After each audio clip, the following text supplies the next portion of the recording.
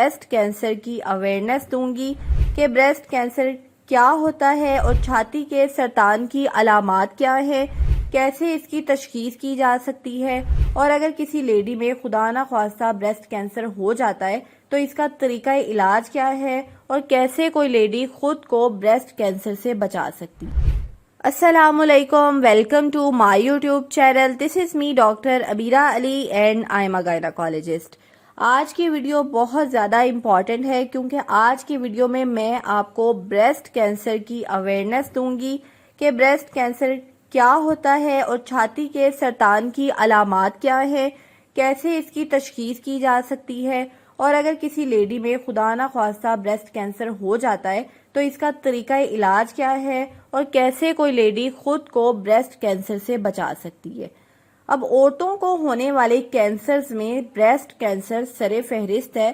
पहले ये होता था कि 50s और 60s में जाके खवातीन को ब्रेस्ट कैंसर जैसे प्रॉब्लम्स फेस करने पड़ते थे, लेकिन अब ये कम उम्र खवातीन में भी बहुत कॉमन हो रहा है। और इसमें ना सिर्फ ये कि बैकवर्ड कंट्रीज शामिल हैं, बल्कि ये जो तरक्की याफ्ता मुल्क हैं इनमें भी ब्रेस्ट कैंसर इसी रेशो के साथ खवातीन को अफेक्ट कर रहा है। अब ब्रेस्ट कैंसर की रीजन ये है कि ब्रेस्ट के टिश्यूज, चाहे वो ब्रेस्ट की डक्ट्स हैं या वो ब्रेस्ट के लोब्स हैं, इनमें सेल्स की इरेगुलरली ग्रोथ शुरू हो जाती है। तो अगर किसी भी लेडी को ब्रेस्ट पर कोई गिल्टी महसूस होती है, कोई लंप महसूस होता है, या उसको स्किन के ऊपर कोई डिम्पल महसूस होता है अपनी ब्रेस्ट के, या फिर एक ब्रेस्ट या दोनों ब्रेस्ट सख्त हो जाती हैं, या निप्पल से दूध के अलावा कोई और डिस्चार्ज नजर आता है जैसे रेड कलर का या ब्राउनिश डिस्चार्ज वो नोटिस करती हैं, या फिर एक छाती उनको अपनी दूसरी छाती से डिफरेंट नजर आती है, वो कोई चेंज फील करती हैं, तो ये अलामात ब्रेस्ट कैंसर की हो सकती हैं। और इसके अलावा अगर यही अलामात उनको अपनी बगल में महसूस होती हैं, बगल में कोई गिल्टी महसूस होती है, तो ये भी ब्रेस्ट कैंसर की अलामत हो सकती है। पाकिस्तान में ब्रेस्ट कैंसर बहुत ही कॉमन है। तकरीबन हर 9 में से एक खातून को ब्रेस्ट कैंसर का खतरा है। हर साल 90,000 नए पेशेंट्स की डिटेक्शन होती है जिनको ब्रेस्ट कैंसर होता है, और इनमें से 40,000 पेशेंट्स की डेथ हो जाती है। इस डेथ की वजह यह है कि ज्यादातर लोगों में इस ब्रेस्ट कैंसर की डिटेक्शन लेट स्टेजेस पे जाके होती है। जब स्टार्ट में ये ब्रेस्ट लंप बनता है, गिल्टी बनती है, बहुत सारी खवातीन इसको इग्नोर कर देती हैं ड्यू टू शाइनेस। कुछ ये रीजंस होती हैं कि उनके पास कोई डायग्नोस्टिक सेंटर्स नहीं होते, वो दूर होते हैं, हॉस्पिटल वो जा नहीं सकती, बाज़ औक़ात फैमिली सपोर्ट नहीं होती, तो इस वजह से डिटेक्शन इसकी बहुत लेट स्टेजेस पे होती है। और पाकिस्तान में आप ये कह लें कि फर्स्ट स्टेज पे डिटेक्शन सिर्फ 4% या इससे भी कम लोगों में होती है। ज्यादातर खवातीन में इसकी डिटेक्शन लेट स्टेजेस पे जाके होती है जब कैंसर स्प्रेड कर चुका होता है, और इस स्टेज पे बड़ा मुश्किल हो जाता है इसका इलाज करना। तो एशियन कंट्रीज में भी सबसे ज्यादा ब्रेस्ट कैंसर पाकिस्तान के अंदर ही है। तो इस इतने ज्यादा स्प्रेड की वजह से मैंने ये सोचा, चूंकि अक्टूबर का महीना डेडिकेटेड है ब्रेस्ट कैंसर अवेयरनेस के लिए, तो अपने सारे ऑडियंस को, आप सबको मैं ब्रेस्ट कैंसर के बारे में अवेयरनेस दूं। तो आज की वीडियो कंप्लीट देखिएगा और इस सारी इन्फॉर्मेशन को आपने नोटिस करना है, इसको अपने ऊपर अप्लाई भी करना है आपने। और वीडियो अगर आपको अच्छी लगी हो तो इसको अपने प्यारे जो हैं उनके साथ भी आपने शेयर करना है, अपने फ्रेंड्स के साथ, अपनी सिस्टर्स के साथ आपने शेयर करना है। और अगर आप मेरे चैनल पर नए हैं तो चैनल को लाजमी सब्सक्राइब करना है, बेल आइकन को प्रेस करना आपने हरगिज नहीं भूलना, ताकि ऐसी मजीद अवेयरनेस वीडियोस आपको आसानी से मिलती रहें। ब्रेस्ट कैंसर की स्टेजेस क्या क्या हो सकती हैं? सबसे पहले तो आपको बताती चलूं, ब्रेस्ट कैंसर की 4 स्टेजेस होती हैं, जिनमें से पहली 2 स्टेजेस काफी हद तक काबिले इलाज होती हैं, लेकिन जो 3rd स्टेज है और 4th स्टेज है वो कॉम्प्लिकेटेड स्टेजेस हैं। पहली स्टेज में फीमेल को अपनी छाती में गिल्टी महसूस होती है, जिसका साइज भी बड़ा छोटा होता है। इसमें दर्द उनको हो भी सकती है और हो सकता है ये बिल्कुल पेनलेस गिल्टी हो, और इस स्टेज के ऊपर आपके लिम्फ नोड्स इन्वॉल्व नहीं होते। अब 2nd स्टेज में इस गिल्टी का साइज बढ़ता है और ये इसकी जड़ें भी इसकी फैलनी शुरू हो जाती हैं, लिम्फ नोड्स के अंदर भी स्प्रेड स्टार्ट हो जाता है और इसका साइज बढ़ के एक अखरोट जितना या एक लीमू जितना साइज हो जाता है। थर्ड स्टेज में क्या होता है कि ये कैंसर जो होता है, ये गिल्टी जो होती है कि कैंसर की शक्ल इख्तियार कर लेती है और तकरीबन ये कम से कम 9 लिम्फ नोड्स तक स्प्रेड कर जाती है। ये लिम्फ नोड्स कहाँ तक जाते हैं? ये गर्दन तक और बगल तक चले जाते हैं इनकी सप्लाई। तो इसका मतलब बगल तक का स्प्रेड थर्ड स्टेज पे जाके हो चुका होता है। और फोर्थ स्टेज पे फिर कैंसर छाती से निकल के दूसरे ऑर्गन्स तक पहुंचना शुरू हो जाता है, जैसे कि बोन्स में या फेफड़ों में या जिगर तक पहुंच जाता है या दिमाग तक पहुंच जाता है। तो इस स्टेज पे मरीज की जान बचाना बड़ा मुश्किल हो जाता है। बहुत सारे लोगों के माइंड में ये क्वेश्चन है कि आखिर ब्रेस्ट कैंसर की रीजन क्या है। डीएनए के बारे में बहुत सारे लोगों ने सुना होगा। डीएनए बेसिकली हर सेल के अंदर, हमारे बॉडी के जो सेल्स होते हैं इनके अंदर एक जीनियाती मादा होता है जिसने हमारे सेल के हर फंक्शन को, इसकी ग्रोथ को कंट्रोल करना होता है। अब डीएनए छोटे छोटे पार्ट से मिलकर बनता है जिनको जीन्स कहते हैं। इन जीन्स के अंदर अगर कोई एबनॉर्मेलिटी आ जाए, जिसे मेडिकल टर्म में म्यूटेशन कहते हैं, तो ये जीन्स एबनॉर्मल ग्रोथ को नहीं रोक पाती और सेल्स बड़ी तेजी से एबनॉर्मली ग्रो करने लग जाते हैं। अब ये सेल्स चूंकि एबनॉर्मली तेजी के साथ ग्रो कर रहे होते हैं, तो ये सेल्स नॉर्मल नहीं होते, इनका स्ट्रक्चर एबनॉर्मल होता है और इसी चीज को हम कैंसर का नाम देते हैं।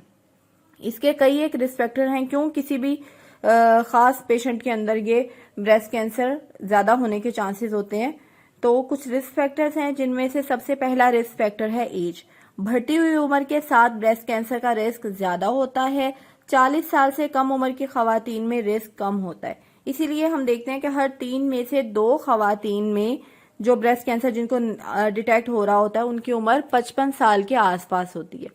नेक्स्ट रिस्क फैक्टर है जिन्स, यानी कि जेंडर। यूजुअली ये खवातीन की बीमारी है, लेकिन इसका मतलब ये नहीं कि ये मेल्स को नहीं हो सकती। कुछ मेल्स को भी ब्रेस्ट कैंसर का प्रॉब्लम हो सकता है, लेकिन ऑब्वियसली ये फीमेल्स में बहुत ज्यादा कॉमन है। इसके अलावा नेक्स्ट रिस्क फैक्टर है फैमिली हिस्ट्री। चूंकि जीन्स की तब्दीली की वजह से ये प्रॉब्लम हो रही होती है, ब्रेस्ट कैंसर जीन्स में रन कर रहा होता है एक फैमिली के एक जनरेशन से दूसरी जनरेशन के अंदर। तो अगर एक खानदान में अब मैं किसी लेडी की मदर को या बाप को या बहन को या बेटी को अगर ब्रेस्ट कैंसर था, तो उसके अंदर भी ये रिस्क फैक्टर है कि उसको ब्रेस्ट कैंसर होने के चांसेस ज्यादा हैं। अब पर्सनल हिस्ट्री की बात करें तो अगर किसी मरीज की एक ब्रेस्ट के अंदर ऐसी कैंसरस गिल्टी बन गई है, तो दूसरी छाती के अंदर भी ब्रेस्ट कैंसर हो सकता है। मेंस्ट्रुअल हिस्ट्री की बात करें तो अर्ली मिनार्की और लेट मिनोपॉज ब्रेस्ट कैंसर के रिस्क फैक्टर्स हैं, यानी कि अगर किसी लड़की को पीरियड्स 12 साल की उम्र से पहले शुरू हो गए हैं या 55 साल की उम्र के बाद खत्म हुए हैं, तो ब्रेस्ट कैंसर का रिस्क ज्यादा है। अब रिप्रोडक्टिव हिस्ट्री की बात करें तो एक ऐसी लेडी जिसने लेट एज में जाके कंसीव किया है, उसमें ब्रेस्ट कैंसर का रिस्क भी ज्यादा है। और जो खवातीन बांझ हैं या जिनके कोई औलाद नहीं हुई, उनमें भी रिस्क फैक्टर ज्यादा है ब्रेस्ट कैंसर का। नेक्स्ट रिस्क फैक्टर है ओबेसिटी, यानी मोटापा। जिन खवातीन का वजन ज्यादा है उनमें ब्रेस्ट कैंसर का रिस्क भी ज्यादा है। इसके अलावा है रिस्क फैक्टर के सेडेंट्री लाइफस्टाइल। जिन खवातीन का लाइफस्टाइल ऐसा है कि वो बहुत कम वर्जिश करती हैं और सुस्त जिंदगी गुजारती हैं, उनमें रिस्क ज्यादा होता है इस कैंसर का। और इसके अलावा अगर कोई खातून अपने बच्चों को अपना फीड नहीं करवाती या उसकी डाइट हेल्दी नहीं है या वो खुद सिगरेट नोशी की आदी है या कोई जहनी दबाव है या डिप्रेशन है, तो ऐसी खवातीन में भी ब्रेस्ट कैंसर का रिस्क ज्यादा होता है। अब ब्रेस्ट कैंसर के बारे में कुछ मिथ्स हैं, कुछ मिसकंसेप्शंस हैं। वो ये कि ब्रेस्ट कैंसर वबाई बीमारी नहीं है। किसी भी ब्रेस्ट कैंसर के पेशेंट को छूने से या उसके पास जाने से ब्रेस्ट कैंसर नहीं लगता। कुछ लोग समझते हैं कि परफ्यूम्स के इस्तेमाल से, डिओड्रेंट से, अंडरगारमेंट से, कैफीन से, मेमोग्राम से, प्लास्टिक के बर्तन में खाना खाने से और माइक्रोवेव ओवन को यूज करने से, मोबाइल फोन से ब्रेस्ट कैंसर होता है। तो ऐसा बिल्कुल नहीं है। इनके नेगेटिव इफेक्ट्स होते हैं आपकी लाइफ के ऊपर, लेकिन ये कैंसरस नहीं है। कुछ एहतियातें आपने ये करनी है कि आपने सोते वक्त अपनी ब्रेजियर को रिमूव कर देना है और आपने व्हाइट कलर की या स्किन कलर की ब्रेजियर का इस्तेमाल करना है। अब एशियाई खवातीन में डेथ की रेशो कैंसर की वजह से इसलिए ज्यादा है क्योंकि इनमें अर्ली डिटेक्शन नहीं होती और बहुत लेट जाके डिटेक्शन होती है। वजह यही है कि बहुत सारी पाकिस्तानी खवातीन में और एशियन खवातीन में ब्रेस्ट कैंसर की इतनी अवेयरनेस नहीं है कि कैसे उन्होंने इसको डिटेक्ट करना है और कैसे इन्होंने इसको पिक करके किस बंदे को चेक कराना है, किस डॉक्टर से उन्होंने चेक करवाना है, और फैमिली सपोर्ट की भी कमी होती है। तो ब्रेस्ट कैंसर की तशखीस कैसे की जाती है? सबसे पहले ब्रेस्ट कैंसर की तशखीस जिस तरीके से की जा सकती है वो है ब्रेस्ट सेल्फ एग्जामिनेशन। अब 40 साल से कम उम्र की खवातीन ने हर माह अपना ब्रेस्ट सेल्फ एग्जामिनेशन करना है, चाहे वो शावर लेते वक्त चेक करें, कोई भी लोशन यूज करते वक्त या क्रीम यूज करते वक्त वो अपनी ब्रेस्ट को अपने हाथ से चेक करें कि इसमें कोई गिल्टी या एबनॉर्मेलिटी डेवलप तो नहीं हो रही। इसी तरह से आपके शौकत खानम ने एक मुहिम चलाई थी अक्टूबर 2018 में 5 मिनट्स फॉर मी, कि ब्रेस्ट कैंसर की तशखीस में जस्ट 5 मिनट्स ही लगते हैं। आपने 5 मिनट्स के अंदर अपना ब्रेस्ट का सेल्फ एग्जामिनेशन करना है। दोनों छातियों को अपने हाथ से पैल्पेट करके आपने देखना है कि कहीं कोई लंप तो नहीं फील हो रहा, कोई एबनॉर्मेलिटी तो नहीं है। इसके अलावा आप ब्रेस्ट कैंसर के डायग्नोसिस के लिए जो टेस्ट करवा सकते हैं वो है मैमोग्राफी। मैमोग्राफी से छाती की गिल्टियों का हमें पता चलता है कि ये किस तरह की गिल्टियां हैं। इनकी बड़ी होने से पहले ही इसकी डायग्नोसिस हो रही होती है। ब्रेस्ट में जो टिश्यूज में चेंजेस आ रही होती हैं वो मैमोग्राम के ऊपर आ जाती हैं। ये बेसिकली एक एक्सरे है जो खास ब्रेस्ट का ही होता है, और 40 साल से ऊपर की खवातीन जो हैं उनको हर साल ब्रेस्ट का मैमोग्राम करवाना चाहिए। ये एक स्क्रीनिंग का तरीकाकार है, और बहुत सारे ऐसे क्लिनिक्स हैं, ऐसे सेटअप्स हैं जहां पे इसकी मुफ्त तशखीस की जा रही है, मुफ्त मैमोग्राम होता है, और 40 साल से ऊपर की जो खवातीन हैं उनका मैमोग्राम भी फ्री हो रहा होता है। और इन्हीं सेंटर्स के अंदर बायोप्सी की सहूलत भी होती है कि अगर किसी लेडी का कोई लंप डिटेक्ट हुआ है तो उसी वक्त ही वो बायोप्सी करके डिटेक्ट कर लेंगे कि ये कैंसरस है या नॉन कैंसरस है। तो 40 इयर्स या कम से कम 50 इयर्स से ऊपर की खवातीन को अपनी स्क्रीनिंग हर साल रेगुलरली करवानी है। जिन खवातीन में रिस्क फैक्टर है कि उनकी फैमिली में ये प्रॉब्लम है, उन्होंने 40 ईयर से ही पहले अपनी स्क्रीनिंग करवानी शुरू कर देनी है। अब नेक्स्ट तरीकाकार है इसके डायग्नोसिस का अल्ट्रासाउंड। तो जो नौजवान लड़कियां, अभी यंग लड़कियां, उनको अपने ब्रेस्ट पे लंप महसूस हो रहा है तो वो मैमोग्राम से पहले अपना अल्ट्रासाउंड करवा सकती हैं, और अल्ट्रासाउंड के ऊपर बहुत अच्छे तरीके से डिटेक्ट हो जाता है कि ये किस तरह का लंप है, ये बिनाइन लंप है या ये कैंसरस लंप है। अब आप ब्रेस्ट कैंसर को ट्रीट कैसे कर सकते हैं? अब पहली स्टेज का जो ब्रेस्ट कैंसर होता है ना, इसमें तो छोटी सी गिल्टी होती है। इस गिल्टी को अगर सर्जरी करके निकाल दिया जाए तो ट्रीटमेंट हो जाता है।